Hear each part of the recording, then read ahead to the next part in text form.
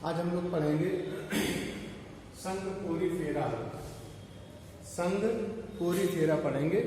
जो संघ पोरीफेरा होता है इसका अर्थ है छिद्र धारक जंतु। इसका अर्थ है छिद्र धारक जंतु, मतलब वह जंतु जिसमें असंख्य छिद्र होते हैं। असंख्य छिद्र होते हैं उन्हें संघ पोरीफेरा रखते हैं, या अंग्रेजी में कह सकते हैं पोर बीरिंग एनिमल्स, छिद्र धारक जंतु।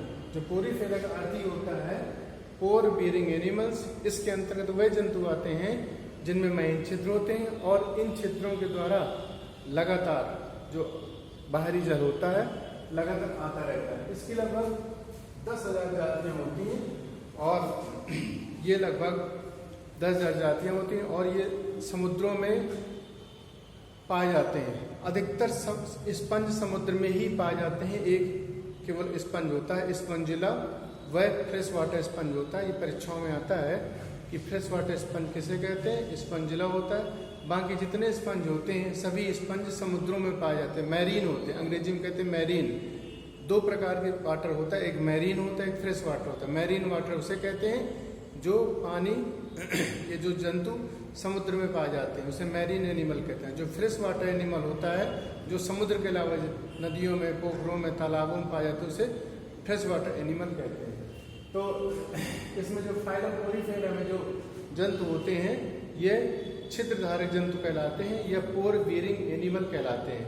ये एनिमल जो है इनमें असंख्य छिद्र होते हैं जिनके द्वारा ये लगातार इसमें बाहरी जल आता रहता है। विशेषता क्या होती है स्पंज की? स्पंज एक प्रकार के वह जंतु होते हैं जो स्थिर होते हैं, सेडिमेंट्री होते हैं, स्थिर होते हैं। किसी जंतु, किसी पत्थर या लकड़ी या किसी जंतु के खोल में चिपके रहते हैं और मूव नहीं करते। अधिकतर जंतु हम लोग जानते हैं मूव करते हैं, गति करते हैं, लेकिन ये जंतु गति नहीं करते। ये जंतु स्थिर जंतु होते हैं, सेडिमेंट्री होते हैं, चिपके रहते हैं पत्थरों में, चट्टानों में, लकड़ी के लट्ठों में, जंतुओं खोलों में चिपके रहते, स्थिर जंतु होते हैं। स्थिर इसलिए होते हैं क्योंकि इनको जो जल के साथ ऑक्सीजन और पोषक पदार्थ भोजन मिलता रहता है, इसलिए ये जो है स्थिर रहते हैं। इनमें विशेषता क्या होती है? इसका सामान्य लक्षण क्या है? पहली बात जलीय होते हैं। जलीय होते हैं, जल में पाए जाते हैं, जल के अंदर डूबे रहते हैं, जल किनारे पाए जाते हैं। समुद्र में पाए जाते हैं, पत्थरों में, शिलाओं में, लकड़ी के टुकड़ों में चिपके रहते हैं। अधिकतर स्पंज बताए, अधिकतर स्पंज समुद्र में पाए जाते हैं, लेकिन कुछ स्पंज होते हैं वो स्पंज जो है जैसे स्पंजिला है, ये स्पंज फ्रेश वाटर स्पंज होता है। स्पंज का प्राचीन काल से उसका उपयोग होता रहा। प्राचीन काल में जो तलवार के खोल, जो तलवार की ढाल होती थी उसमें बनाया जाता था, और प्राचीन काल में जो लोग उसका मदिरा पान करते थे तो उसमें स्पंज डाल देते थे और मुंह में निचोड़ लेते थे। और जो शल्य चिकित्सा में जो स्पंज का उपयोग होता था, इस तरह से उसमें प्राचीन काल में इसका उपयोग होता था।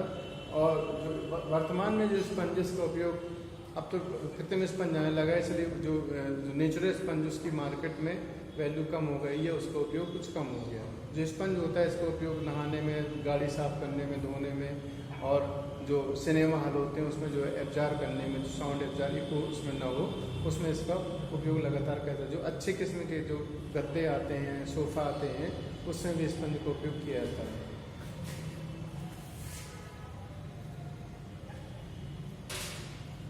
स्पंज में स्थिर होते हैं, पत्थरों, शिलाओं, लकड़ी के चिपके रहते हैं। दूसरा है इनकी जो लंबाई होती है 1 से 200 सेंटीमीटर तक होती है, और नालवत होते हैं, वृत्ताकार होते हैं, गोलाकार होते हैं, कीटनुमा होते हैं, तस्त्रीनुमा, और पौधों के समान होते हैं। कीट के समान होते हैं, तस्त्री समान होते हैं, पौधों के समान होते हैं। इसमें जो सबसे महत्वपूर्ण चीज ये है कि जो शारीरिक संगठन, परीक्षाओं में क्वेश्चन आता है कि शारीरिक संगठन किस प्रकार का होता है स्पंज में।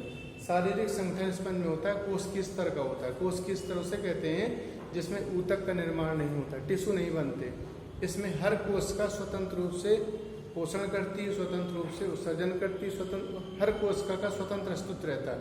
उन कोशिकाओं में आपस में कोई कॉम्बिनेशन नहीं था, कोई उसमें कोऑर्डिनेशन नहीं रहता, इसलिए इसमें ऊतक का निर्माण नहीं होता। तो क्वेश्चन आता है कि स्पंज में किस प्रकार का शारीरिक स्तर पाया जाता है। तो इसमें लिखेंगे स्पंज में कोशिकीय स्तर का शारीरिक संगठन होता है, इसमें ऊतक का निर्माण नहीं होता। तो जो कोशिकाएं होती हैं, कोशिकाएं आपस में एक दूसरे से जो जुड़ी होती हैं और इनमें श्रम विभाजन होता है। श्रम विभाजन उसे कहते हैं कि हर व्यक्ति को अलग अलग जो है कार्य सौंप दें। इसी प्रकार से कोशिकाएं श्रम विभाजन के रूप में कार्य करती हैं और आप चारों उनके एक आवरण होता है और हर कोशिका स्वतंत्र रूप से पोषण करती है, स्वतंत्र रूप से उत्सर्जन करती है, स्वतंत्र रूप से भोजन ग्रहण करती है। इसलिए जो है इनमें कोशिकीय स्तर का शारीरिक संगठन होता है और इसीलिए इनमें पुनरुत्भवन की क्षमता अत्यधिक पाई जाती है। अगर स्पंज को हम लोग जो है वो मसल दें, मसलने पश्चात उसको जो है इस रेशम की उससे कपड़े से छान ले, हर कोशिका अलग हो जाएंगी, सेल्स अलग हो जाएंगे, कुछ समय पश्चात सेल्स इकट्ठा हो जाएंगे, छोटे छोटे स्पंज का निर्माण हो जाएगा। तो ये जो उसमें जो है जो रिजनरेशन होता है, पुनरुत्थान होता है, वो सबसे अधिक होता है क्योंकि इनमें कोशिकीय स्तर का शारीरिक संगठन होता है, इसलिए इसमें पुनरुत्थान की क्षमता अत्यधिक होती है। पुनरुत्थान की क्षमता पहले हम लोग पढ़े अमीबा में, अमीबा को काट देते हैं जिसमें न्यूक्लियस रहता है, वो नया भाग बन जाता है। इसी प्रकार से इसमें भी रिजनरेशन क्षमता बहुत अधिक होती है। अगर स्पंज को हम लोग मसल दें, मसलने पर उसको रेशम कपड़े से छान दें तो सेल्स अलग अलग हो जाएंगी, कोशिकाएं इकट्ठा हो जाएंगी, इकट्ठा होकर नए स्पंज बना देंगे। तो ये पुनरुत्थान की क्षमता अत्यधिक होती है स्पंज में। तो इसके बाद शरीर में नाल प्रणाली, कैनाल सिस्टम होता है। कैनाल सिस्टम होता है, साइकान होता है, ल्यूकान होता है, एस्कान होता है। ये कैनाल सिस्टम होता है। कैनाल सिस्टम मतलब ये होता है कि जो बाहरी जल है लगातार ऑस्टिया से आता है और आंसुलम से निकल जाता है। ऑस्टिया जो होते हैं, ऑस्टिया एक प्रकार के सूक्ष्म छिद्र होते हैं, असंख्य सूक्ष्म छिद्र होते हैं। इनके द्वारा लगातार बाहरी जल अंदर आता रहता है और आंसुलम से लगातार बाहर निकलता रहता है। और इस प्रकार की जो जल का जो प्रवाह होता है, उस जल के प्रवाह को कैनाल सिस्टम या नाल प्रणाली कहते हैं। एक बार फिर समझ लेते हैं, नाल प्रणाली उसे कहते हैं जो बाहरी जल लगातार अंदर आता रहता है, वह बाहरी जल ऑस्टिया द्वारा लगातार आता है, सूक्ष्म छिद्र होते हैं, असंख्य सूक्ष्म छिद्र होते हैं और वह जल स्पंज गुहा में आता है, स्पंजोसील में आता है ऑस्टिया द्वारा और स्पंज गुहा से आंसुलम द्वारा बाहर निकल जाता है। सामने चित्र बना है और ये क्रिया लगातार 24 आवर चलती रहती है। इसी ऑस्टिया के द्वारा जब जल आता है तो जल में जो ऑक्सीजन घुली होती है, जल में सूक्ष्म जीव होते हैं, उनको ये भोजन के रूप में ग्रहण कर लेते हैं, ऑक्सीजन ग्रहण कर लेते हैं और जो उत्सर्जित पदार्थ होते हैं, वो उत्सर्जित पदार्थ आंसुलम द्वारा बाहरी जल जो जाता है तो आंसुलम द्वारा बाहरी जल में उसको अलग कर निकाल दिया जाता है। इस प्रकार से उसमें लगातार उत्सर्जन होता रहता है। तो जो कैनाल सिस्टम होता है, कैनाल सिस्टम एक प्रकार का नाल प्रणाली होता है। स्कान, साइकान होता है, स्कान होता है, ल्यूकान सिस्टम होता है। 3 प्रकार का कैनाल सिस्टम होता है। ये एक प्रकार का जल प्रवाह होता है। इसके बाद आता है शरीर में असंख्य ऑस्टिया होते हैं, असंख्य ऑस्टिया होते हैं। ऑस्टिया के द्वारा पता है, ऑस्टिया सूक्ष्म छिद्र होते हैं, जितने स्पंज होते हैं सूक्ष्म छिद्र होते हैं, उनके द्वारा लगातार बाहरी जल अंदर आता रहता है और इसका निर्माण एक विशेष प्रकार की सेल्स करते हैं, कहते हैं पोरोसाइट। ये पोरोसाइट होती हैं, पोरोसाइट ऑस्टिया निर्माण करती हैं और इसी द्वारा लगातार बाहरी जल अंदर आता रहता है और जल के साथ साथ जल में जो घुली ऑक्सीजन वो आती रहती है और जो भोज्य पदार्थ होते हैं, सूक्ष्म जीव होते हैं, एक कोश के जीव होते हैं, सूक्ष्म जीव होते हैं, वो लगातार अंदर आते रहते हैं और इस प्रकार से इनको लगातार पोषण और शोषण क्रिया होती रहती है पोरोसाइट के द्वारा या ऑस्टिया द्वारा या जिसके द्वारा बाहरी जल लगातार अंदर आता रहता है। इसका आता है ऑस्कुलम, ऑस्टिया और ऑस्कुलम। ऑस्कुलम जो होता है, ऑस्कुलम मुख्य छिद्र होता है, जितना बाहरी जल अंदर आता है ऑस्टिया द्वारा आता है। ऑस्टिया असंख्य होते हैं, ऑस्कुलम एक होता है। ये महत्वपूर्ण चीज है। जो ऑस्टिया होते हैं उनकी संख्या अधिकतम होती है, अधिक संख्या होती है, असंख्य होती है, इन्यूमेरेबल होते हैं, बहुत ज़्यादा होती है। और जो ऑस्कुलम होता है, ऑस्कुलम केवल एक होता है। ऑस्कुलम द्वारा लगातार बाहरी जल जो ऑस्टिया से आता है वो ऑस्कुलम द्वारा लगातार बाहरी जल निकलता रहता है और ये प्रक्रिया 24 घंटे 24 आवर चलती रहती है। इसी क्रिया को कैनाल सिस्टम या नाल तंत्र कहते हैं। जो ऑस्कुलम होता है, ये ऑस्कुलम है, ऑस्कुलम से बाहर निकल जाता है। ऑस्कुलम संख्या 1 होती है। इसके बाद से आता है शरीर द्विस्तरीय होता है, 2 स्तर होते हैं। बाहरी टेनेकोसाइट जो सेल्स होती हैं, टेनेकोसाइट कोशिका टेनेकोडर्म बनाती है जो बाहरी लेयर होती है, बीच में मीसोग्लिया होती है, मीजोहिल होता है। मीजोहिल जो होता है उसमें अनेक प्रकार की असंख्य अमीबोसाइट सेल्स होती हैं। अमीबोसाइट सेल हम लोग पढ़े थे प्रोटोजोआ में। अमीबोसाइट कोशिकाएं वह कोशिकाएं होती हैं जो लगातार अमीबा के समान गमन करती हैं, गति करती हैं। इनमें स्यूडोपोडिया पादाब होते हैं, इसलिए इनको अमीबोसाइट कहा गया है। स्पंज में अमीबोसाइट केवल जो जंतु होता है स्पंज में ही अमीबोसाइट पाई जाती है, बाकी जो है WBC होते हैं उनमें पादाब होते हैं और अमीबा में पादाब होते हैं। तो जो मीजोहिल लेयर होता है, बीच का लेयर होता है जो टेनेकोसाइट सेल्स होती हैं, टेनेकोसाइट जो तो वो टेनेकोडर्म बनाती है, बाहरी लेयर बनाती हैं और इस प्रकार से बाहरी परत का निर्माण होता है। भीतर जो है कीट कोशिकाएं, ये कोनोसाइट होती हैं, अंग्रेजी में कोनोसाइट, हिंदी में कहते हैं कीट कोशिका।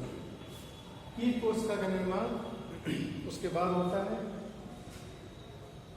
आंतरिक परत होती कोनोसाइट, या इनको कोनोडर्म भी कहते हैं, कोनोसाइट का जो कीट कोशिका बहुत महत्वपूर्ण होते हैं। इनमें ये फ्लैजेला होती है, ये फ्लैजेला होते हैं, ये फ्लैजेला, ये फ्लैजेला लगातार हिंदी में कहते हैं कसाब, लगातार मूवमेंट गति करते रहते हैं। इसके कारण लगातार बाहरी जल अंदर आता रहता है। तो जो अंदर का लेयर होती है कीट कोशिकाओं बना होता है, एंडोडर्म कहलाते हैं। इसे बीच में जेली की तरह मध्य स्तर होता है, इसे अमीबोसाइट कोशिकाएं होती हैं। ये अमीबोसाइट है। अमीबोसाइट कोशिकाएं होती हैं जो अमीबा के समान होती हैं, अमीबा के समान गति करती हैं और इनमें स्यूडोपोडिया या पादाब होते हैं। और ये जो है अमीबोसाइट कोशिकाएं स्पंज के मीजोहिल या मध्य स्तर में पाई जाती। मध्य स्तर जो है जेली की तरह होता है, जेली लाइक होता है। इसके बाद जो है इनमें शरीर को सादे रखने के लिए कंटिकाओं का निर्माण होता है। कंटिकाएं जो कोलेजन समान होती है, कंटिकाओं के कारण ही स्पंज का महत्व। कंटिकाएं जो होती हैं सिलिका की बनी होती है, कैल्शियम कार्बोनेट बनी होती हैं। तो ये जो कंटिका है इसी से इसका जो है इसका कंकाल होता है, इसीलिए जो ये एब्जॉर्ब कर लेता है, इसलिए इसको जो है साफ करने में, साफ सफाई करने में इसका काम होता है, उपयोग होता है। तो जो कंटिकाएं होती हैं वो इसका जो है स्पाइकल्स जो होती हैं कोलेजन की होती हैं और ये शरीर को साथ रखने का काम करती हैं। अब इसके पश्चात इसको देखते हैं कि जो शरीर में जो लगातार बाहरी जल अंदर आता है, ये बाहरी जल अंदर आ जाता है, ये पानी है, ये पानी लगातार औष्ठी से बाहर जल आता रहता है और औष्ठम से बाहर लगातार निकलता रहता है। 2 प्रकार बताया था कल पाचन, एक अंतकोश की पाचन होता है, दूसरा बाह्यकोश की पाचन होता है। जो अंतकोश की पाचन होता है, अंतकोश की पाचन उसे कहते हैं जब भोजन का पाचन फूड वैक्यूल में हो, खाद्य रिक्तिका में हो। जो एक कोश की जीव है, एक कोश की जंतु है, WBC है, स्पंज की अमीबोसाइट है, या जो एक कोश की जो जीवों जो पाचन होता है जंतुओं में, वो अंतकोश की पाचन होता है। या अंतकोश की पाचन सरल भाषा में उसे कह सकते हैं वह पाचन जिस भोजन का पाचन खाद्य रिक्तिका के अंदर होता है, फूड वैक्यूल के अंदर होता है, उस प्रकार के पाचन को अंतकोश की पाचन कहते हैं।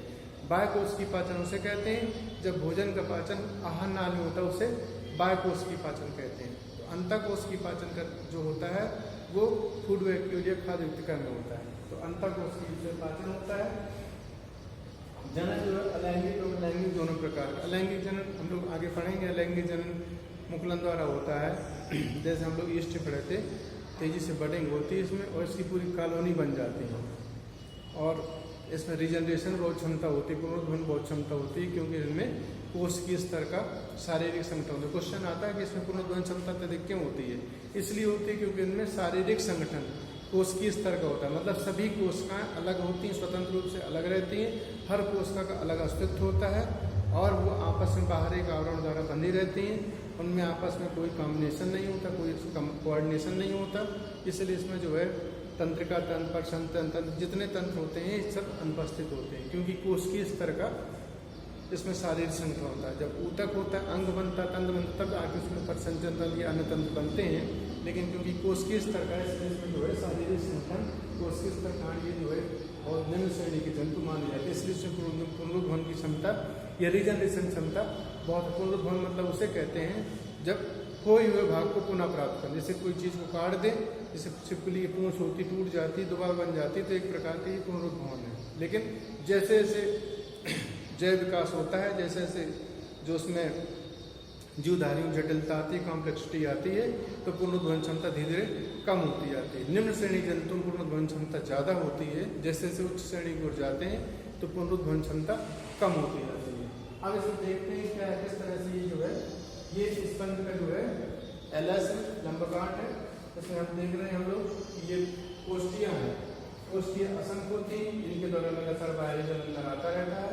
कोष्ठियाँ छोटे छोटे छिद्र होते हैं। इसका निर्माण पोरोसाइट सेल्स करती हैं, पोरोसाइट कोशिकाएं करती हैं, और जब लगातार बाहरी जल कोष्ठियों द्वारा आता है और स्पंज को ये स्पंज जो सील होती है, स्पंज जो होती है यहाँ पर इकट्ठा होता है, और इकट्ठा होने के पश्चात ये आश्रम द्वारा बाहर निकल जाता है, और ये क्रिया लगातार 24 घंटा चलती रहती है। कभी कभी क्वेश्चन आता है, अगर ऑस्टिया को बंद कर दें, ऑस्टिया बंद कर दें तो क्या होगा? अगर ऑस्टिया बंद कर दें तो बाहरी जल नहीं आ पाएगा, स्पंज मर जाएगा। क्वेश्चन आता है, आस्कुलम को मूव से बंद कर दें क्या होगा? जब आस्कुलम मूव से बंद कर देंगे तो बाहरी जल आएगा, भर जाएगा, निकल नहीं पाएगा, और स्पंज को ऑक्सीजन नहीं मिलेगी, भोजन नहीं मिलेगा, और ये मर जाएगा। क्वेश्चन आता है, यदि स्पंज को डिस्टिल वाटर में रखते हैं तो क्या होगा? डिस्टिल वाटर रख देंगे तो कैनाल सिस्टम तो चलेगा, लेकिन ना तो उसमें ऑक्सीजन होगी, ना तो भोजन होगा, इसलिए स्पंज उसके कारण बिना भोजन और ऑक्सीजन के कारण मर जाएगा। तो ये प्रक्रिया लगातार 24 आवर चलती रहती है, और इस प्रकार के जो तंत्र होता है उसे कैनाल सिस्टम या नाल तंत्र कहते हैं, और ये लगातार तो 24 घंटे चलता रहता है, जिसके द्वारा इसको स्पंज को लगातार ऑक्सीजन, लगातार भोजन मिलता रहता है। और ये प्रक्रिया सभी स्पंजों में होती है। स्पंज होते हैं, स्पंज एक प्रकार के निम्न श्रेणी जंतु होते हैं, संघ पोरीफेरा में आते हैं, क्योंकि इसमें जो असंख्य छिद्र होते हैं, इसका नाम ही हो गया पोर बियरिंग एनिमल्स, छिद्रधारी जंतु। असंख्य छिद्र होते हैं, इसलिए इसको पोरीफेरा रखते हैं छिद्र, और इसी कारण जो है इसका उपयोग विभिन्न प्रकार के जो है, जैसे साफ करने में, गाड़ी धोने में, साफ करने में, सोफा में, गद्दे में, रजाई में इसका उपयोग करते हैं। जो और ये जो है चिपके रहते स्थिर जंतु होते हैं।